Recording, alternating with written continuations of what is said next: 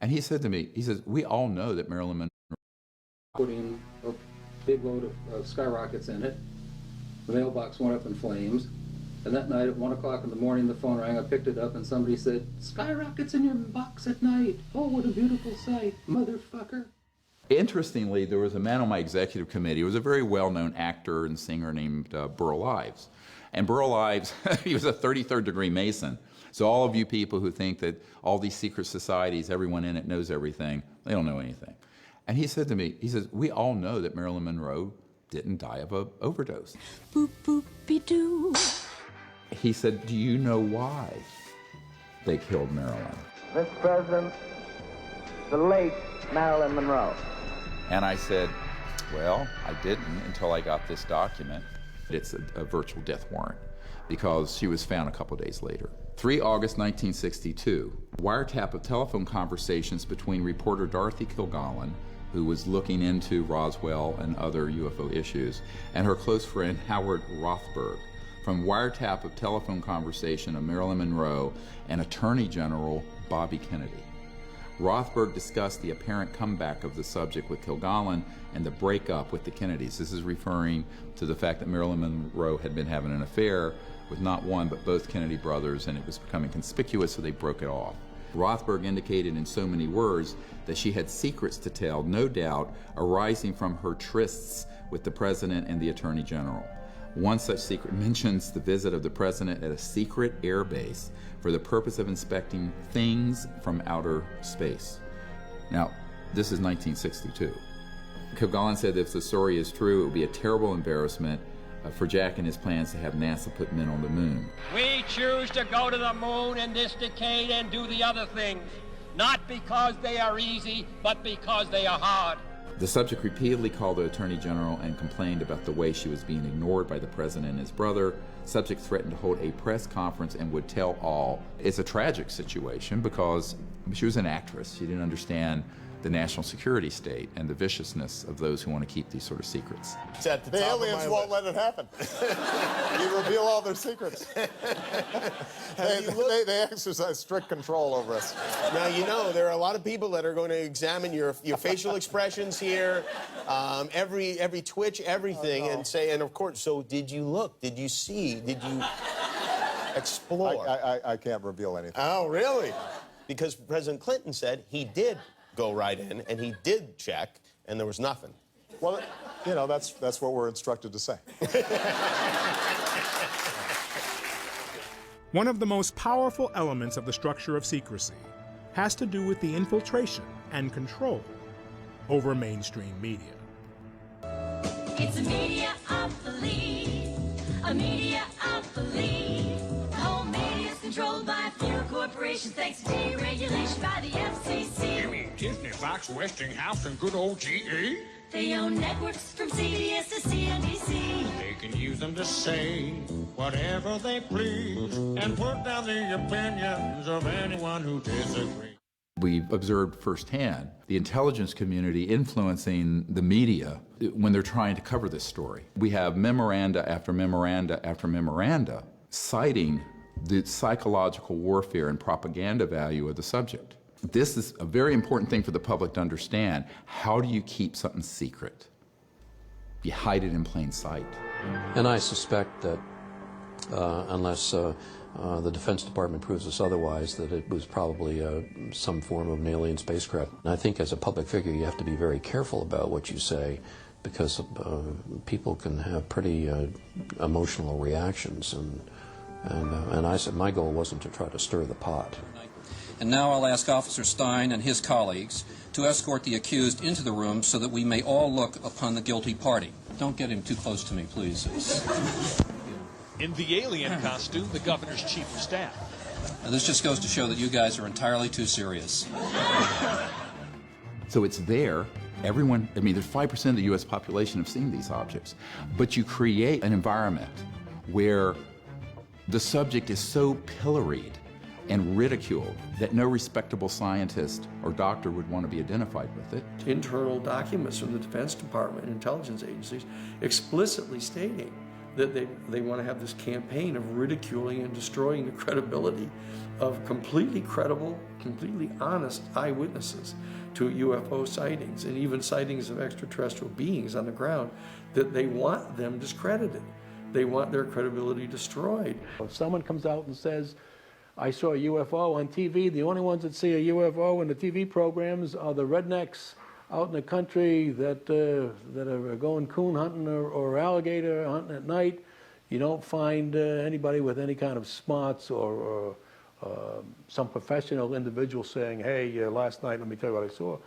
And this officially was released by the CIA, talking about how they have people embedded in all the major media to change, alter, and affect stories to their benefit. You are fake news. So every news agency, every television, radio station in the Albuquerque, Santa Fe area had our snitches in there. So we knew, and we paid them. We paid them good money. One of the reasons you get the people is you pay them, and that was controversial. That was somewhat controversial. Do you know of national media that have had? Oh, yes. Yeah, I'm not going to name them. We now have relationship with reporters from every underlined major wire service, newspaper, news weekly, and television network in the nation. In many instances, we have persuaded reporters to postpone, change, hold, or even scrap stories that could have adversely affected national security interests or jeopardized our sources and methods. And it goes on to then say that they have the same within academic circles. There's a finding that the Pike Committee made that they had verified 42 full-time Central Intelligence Agency paid employees that were inserted inside the major national news media centers. And most of them ended up being the so-called national security reporters. The man turned to me, and this is a board member of Time Life, and said, Dr. Greer, we basically are scribes taking dictation from the right hand of the king. The fourth estate is dead. I know reporters for Time magazine who've told me specifically that they've provided the stories and their editors have spiked them. Yeah, the high-level producers and directors, yeah. And how were they paid? So that Cash. Yeah, you pay.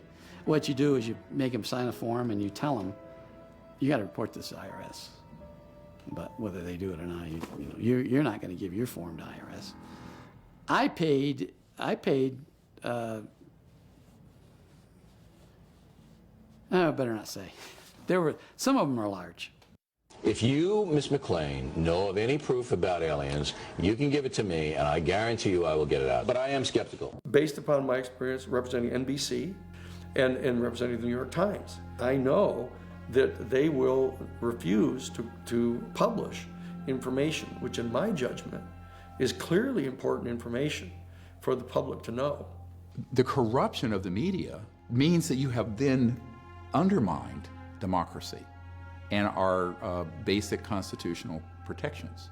Because if you control the information flow through the elite media, and the only place you can get this information is through the tabloids where they want it, because it's discredited there, or on the internet where there's so much false information that's mixed in with the real information that you don't know what to make of it, there creates this complete confusion. When you go to a supermarket checkout and you look at the tabloids, what you may be reading there are actual stories of actual events, but when it's portrayed through the tabloids, it gets discredited. And they're ridiculed and their careers are destroyed pursuant to a very specific self-conscious official program. Now this has worked for 50 years. Why would they change it now? This is the technique they've used. It is time for the truth to be brought out. Behind the scenes, high-ranking Air Force officers are soberly concerned about the UFOs. But through official secrecy and ridicule, many citizens are led to believe the unknown flying objects are nonsense. I urge immediate congressional action to reduce the dangers from secrecy about unidentified flying objects. CIA Director Vice Admiral Roscoe Hillenkoetter. And so we're sort of living in a Truman Show here. Everyone thinks we have a free press. We don't. We have a democratic process where all these sort of sensitive issues would be handled legally. We do not. And that we have an uncorrupted scientific establishment, which we do not, and which we will prove. The structure of secrecy extends to the scientific and academic arenas, where a deliberate effort to spread disinformation has been going on for decades. From professional debunkers to CIA-funded committees, our trusted academics and scientists have been complicit in the secrecy. A lot of people see something, and a lot of people see things that are really they can't identify, but that doesn't mean it's quite a leap. I believe that people report seeing things they cannot identify, but after spending 25 years, I've found not a shred of evidence that we have alien visitors in our skies. Look, this would be the greatest discovery in the history of science. NASA would be elated. Of course, they'd go to Congress to get more funding. Why would anybody cover this up? Let's do this other little thought experiment, everybody. Are you going to do this with baking soda and vinegar, Bill? In 1952, Project Blue Book was launched by the U.S. Air Force to allay fears from the public of ET activity and to assure them that they were doing everything in their power to look into this. I am here to discuss the so-called flying saucers.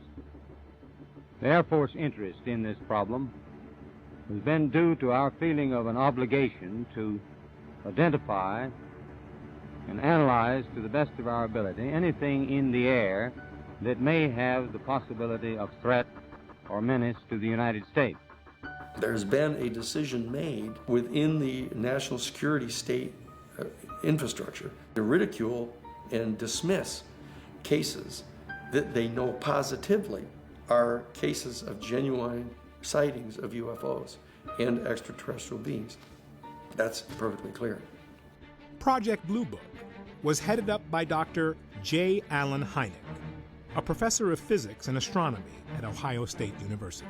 Hynek eventually came clean and said we were there to debunk these cases, not to get to the truth and tell the public. And I know the job they had. They were told not to excite the public. Don't rock the boat. And I saw it in my own eyes happen that whenever a case happened that they could explain, which is quite a few, they made point of that and let that out to the media. Cases that were very difficult to explain, they would jump handsprings to keep the media away from it. They had a job to do to keep the public from getting excited. However, there have been a certain percentage of this volume of reports that have been made by credible observers of relatively incredible things.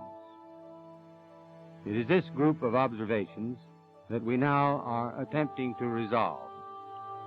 In response to Project Blue Book, an academic committee was formed in 1953 called the Robertson Panel, comprised of some of the most respected physicists and astronomers of the day.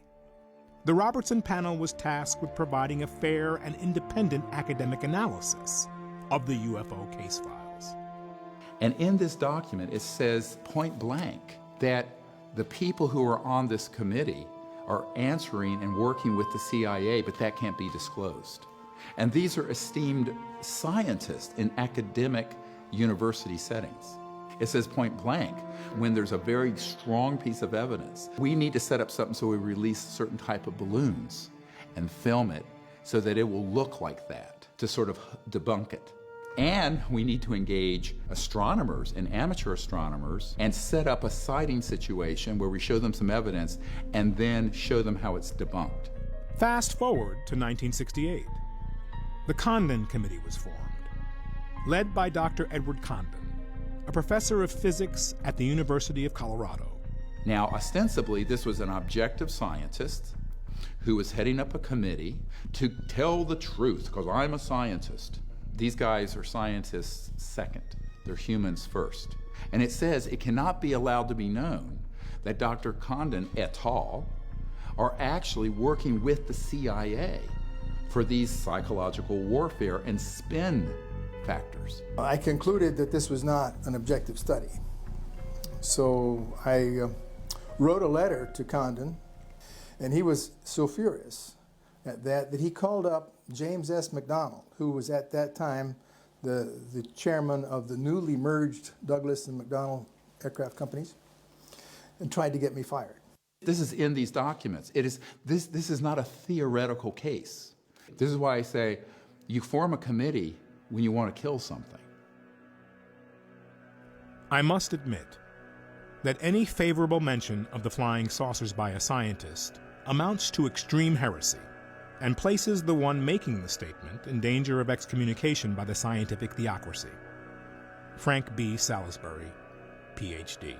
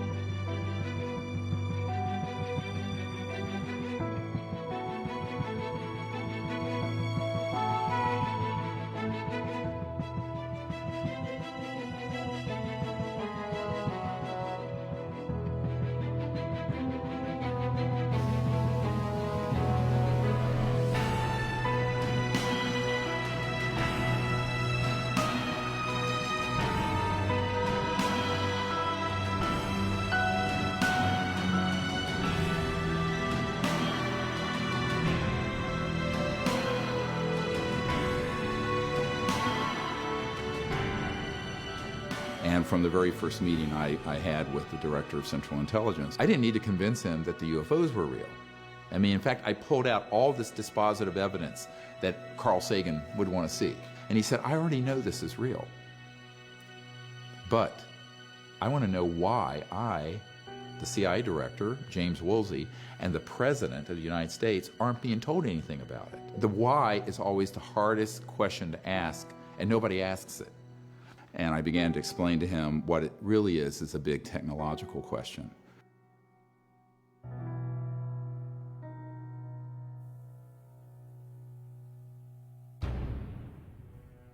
We have lost 100 years of evolution on planet Earth. A true lost century. Huge progress was made in the 1920s as Nikola Tesla developed energy generation technologies that could power the Earth, drawing endless free energy from the so-called empty space around us. So-called empty space isn't really empty at all. It's actually full of energy. So instead of being like kind of a quiet, empty lake, it's more like the froth at the base of a waterfall or something. The amount of energy in a cubic meter of space-time was 10 to the 26th power, so 10 with 26 zeros behind it, joules per cubic meter. And that's enough energy, even in a coffee cup, to boil all the oceans of the Earth completely away into steam.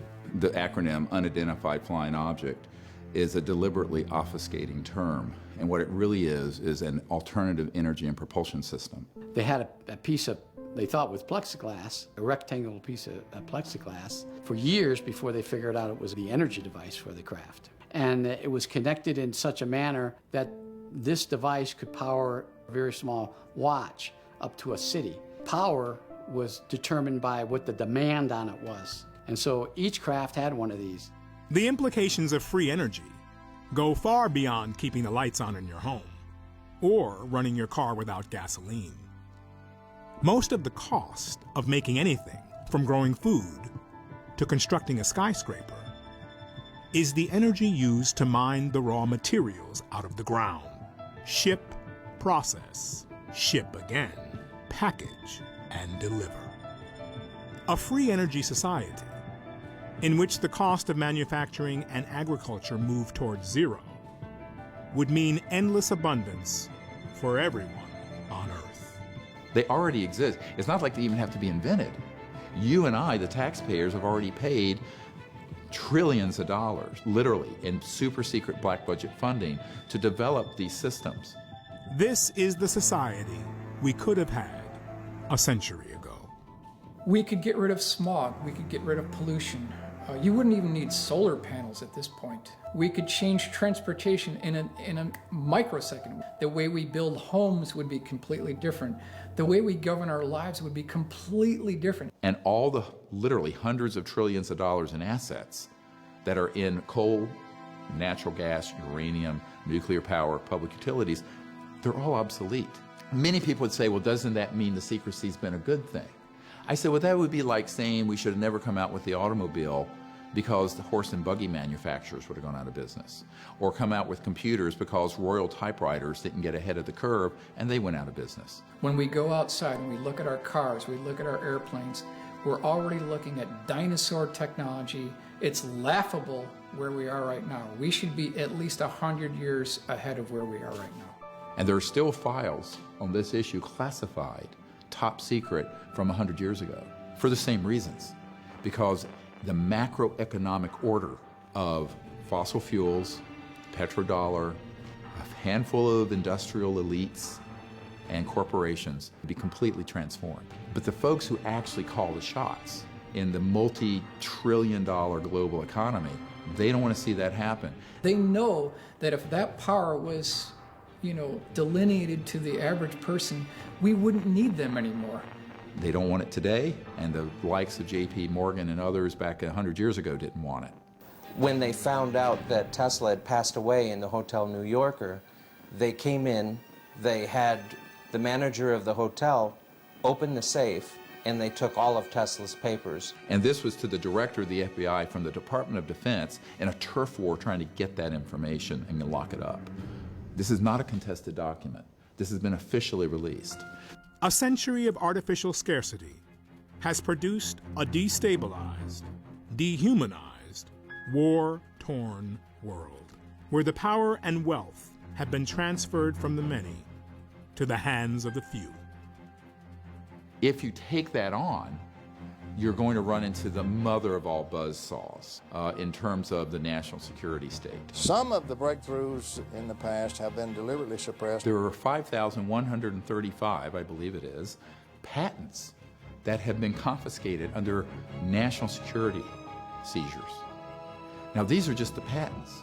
And this is what happened to a lot of the huge breakthrough technologies like Stan Meyer, who had a car running on water. A local inventor has discovered a way, hear this, to use water to run your car. It's a major breakthrough that will no doubt make motorists happy. And as Ralph Robinson explains, the Pentagon is also showing lots of interest in this project. A lot of people don't realize that Stan Meyer had a toroidal, a donut-shaped object that put out many times more energy than you had to put into it because it was tapping into this 0-point quantum vacuum energy field. That had a national security order on it before he even got it to patent. It was seized and shut down. What we really had was a threat to the scientific establishment. I view this as the greatest strategic threat to survival of the United States and, in fact, of civilization itself. Who's going to stop this from happening? The president doesn't know it's occurring. The Congress oversight committees have no idea what's going on. And you have these people who are in the deep national security state who basically do what they want. The problem is most of these inventors think that the world's going to beat a path to their door. Unfortunately, Murder Incorporated beats a path to their door first. But free energy technology was only one half of the equation when it came to advanced extraterrestrial technology. Early research into anti-gravity technology gained momentum in the 1940s, as Adolf Hitler poured tremendous resources into developing his secret weapon, the so-called flying bell. Once we acquired these technologies, they were augmented with the study of retrieved extraterrestrial craft, and we created our own fleet of so-called alien reproduction vehicles. This is where Bell Labs was involved, this is where General Electric was involved, this is where a number of high-tech companies gained their knowledge. Lockheed Martin Skunk Works and EG&G, and Raytheon, and E-Systems, and MITRE Corporation, and Booz Allen Hamilton, and on and on and on. I know many people who've worked in these programs. Quote, we have things flying in the Nevada desert that are 50 years beyond what you could comprehend. If you've seen it on Star Wars or Star Trek, we've been there, done that, or decided it wasn't worth the effort. So that's coming from Ben Rich. Ben Rich headed the Skunk Works between 1975 and 1991. This is the original letter from Ben Rich on Lockheed Advanced Aeronautics Company letterhead. I am a believer, and so is Kelly Johnson. And here it says, Dear Ben, there are two categories. A, man-made UFOs. B, extraterrestrial UFOs. Dear John, yes, I'm a believer in both categories. I feel everything is possible. Many of our man-made UFOs were unfunded opportunities. In both categories, there are lots of kooks and charlatans. Be cautious, Ben Rich. We now have the technology to take ET home. Ben Rich, CEO, Lockheed Skunk Works. It is being covered up, but probably not for the reasons you might think. Within the intelligence communities, they have something called ace in the hole technologies. So secret they didn't even talk about it.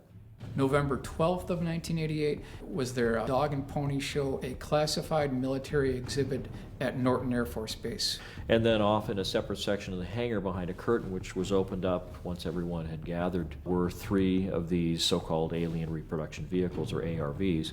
The craft itself was hovering off the floor with no landing gear underneath it, nothing supporting it from above. To see something, travel across 12 miles of airspace in under a second and a half, make a couple of right-angle turns, and not make a supersonic shockwave of any kind, no sonic boom, which I've personally witnessed on a number of occasions. I mean, it changes your whole perspective. There were some very good folks, like Secretary Forrestal, and others who wanted to bring the subject out, but in a way where there would be contact that would be peaceful between humans and these civilizations. But there were other people who saw the big gold mine of militarism and war profiteering and the psychological warfare value. Their mandate, repeat, their mandate is to lie, deny, and deceive. There are people who've had experiences with the technology that we're not able to handle it psychologically because it defies reality. And in this document, the CIA director, Walter Smith, says, I am today transmitting to the National Security Council a proposal in which it is concluded that the problems connected with unidentified flying objects appear to have implications for psychological warfare as well as for intelligence and operations. We have to take a step back from all the jargon and all the paranoia in Star Wars movies for just a minute and realize that it's very easy to set up a false flag operation. A false flag operation, also known as a false indication and warning, is a military tactic in which you create the illusion of a threat, often by attacking yourself and blaming the desired enemy. It's proven extremely effective at uniting the public around a perceived threat. And this is actually a well-known concept in military intelligence circles. We did it in the Gulf of Tonkin in Vietnam, where we exaggerated, if not completely staged, an attack on our naval vessels so we would stampede President Johnson and the Congress into vastly expanding the Vietnam conflict to benefit, guess who, the military-industrial complex and the war profiteers. U.S. military officials, for example, have planned through a project called Operation Northwoods back in 1962 to dress up Cuban refugees in Cuban military uniforms, have them attack Guantanamo Base and kill U.S. military personnel, sink U.S. military ships, and blow up shopping centers in Miami, targeting, killing refugees from Cuba to infuriate the American population so that they can invade and occupy Cuba. It's astonishing that anybody would dare to make a recommendation like that, but they did. Then you can look at Iraq. Concocted all kinds of false information about weapons of mass destruction, which Saddam Hussein did not have, and it was known in intelligence circles he didn't have. Fracture that whole part of the world, and now we have ISIS. So we have to realize the machinations and manipulations that go on behind the scenes leave us very vulnerable. And the big one is this one, where they could say, oh yes, the UFOs are real, but guess what? They're a threat, and we need to unite the world, like Will Smith said in the original Independence Day. Something you want to add to this briefing, Captain Hiller? No, sir. I'm just a little anxious to get up there and whoop E.T.'s ass, that's all. Efforts on the part of a certain element within the kind of ruling structures of our planet to try to utilize the discovery of extraterrestrial intelligence as an ultimate threat, the ultimate other bad guys, to justify the national security state dream of locking down and putting under complete control of an authoritarian ruling class the control of the planet and the resources. The nations of the world will have to unite, for the next war will be an interplanetary war.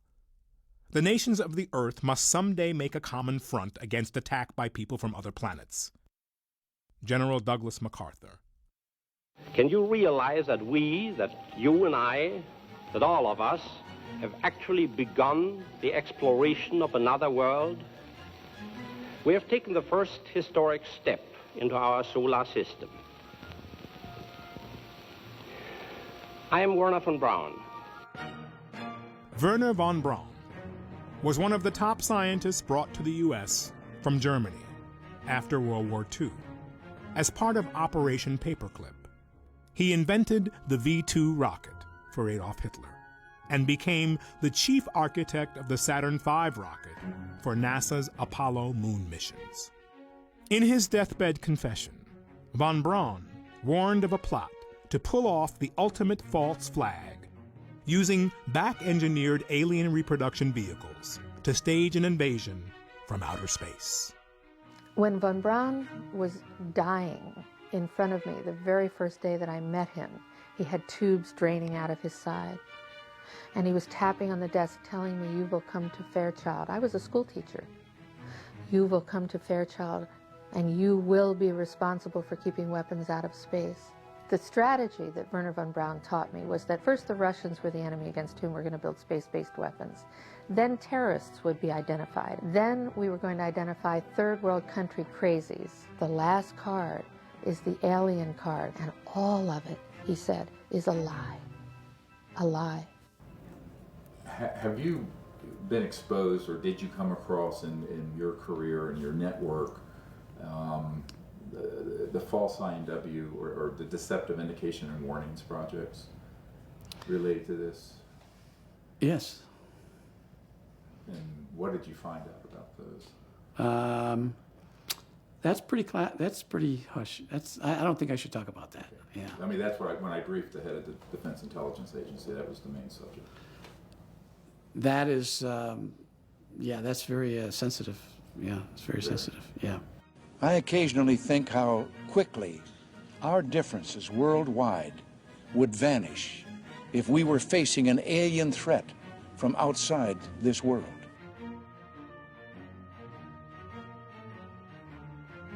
Well, the only problem with that is that if you look at the technologies that permit for interplanetary interstellar travel, it's 1,000 times more developed than a hydrogen bomb, which, if we were to have a massive exchange of nuclear weapons, would leave most of all life on Earth extinguished. Therefore, how could we possibly have armed conflict with another planetary system for more than a nanosecond and survive it?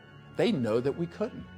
But it's a way of manipulating the public through demagoguery of fear, jingoism, false nationalism, and creating a boogeyman out in space.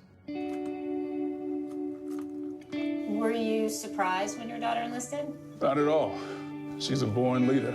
I know I've been taking orders from her since she was 5 years old. So you don't worry about her? Of course I worry about her. I fought in the war in '96. I know what those things are capable of. But I know what my daughter is capable of. And I know this planet is safer because she's defending it.